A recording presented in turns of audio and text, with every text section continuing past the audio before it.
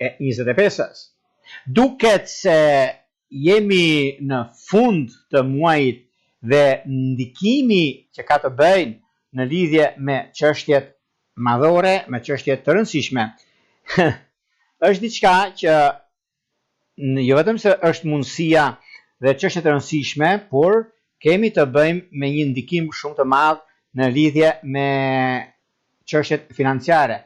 Fundi i muajit, fillimi i javës të muajit prill. Po të shikoni me kujdes, ndonjëherë qëllon një herë në disa vite që ky ndikim jep mundësi dhe rëndësi, nëse do ta kuptojmë.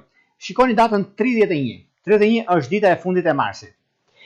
Dhe fillon dita e hënë për muajin që vjen. Pra na paralajmëron që neve jemi sa më të qartë, sa më të saktë në atë çka duam të bëjmë dhe të ecim përpara.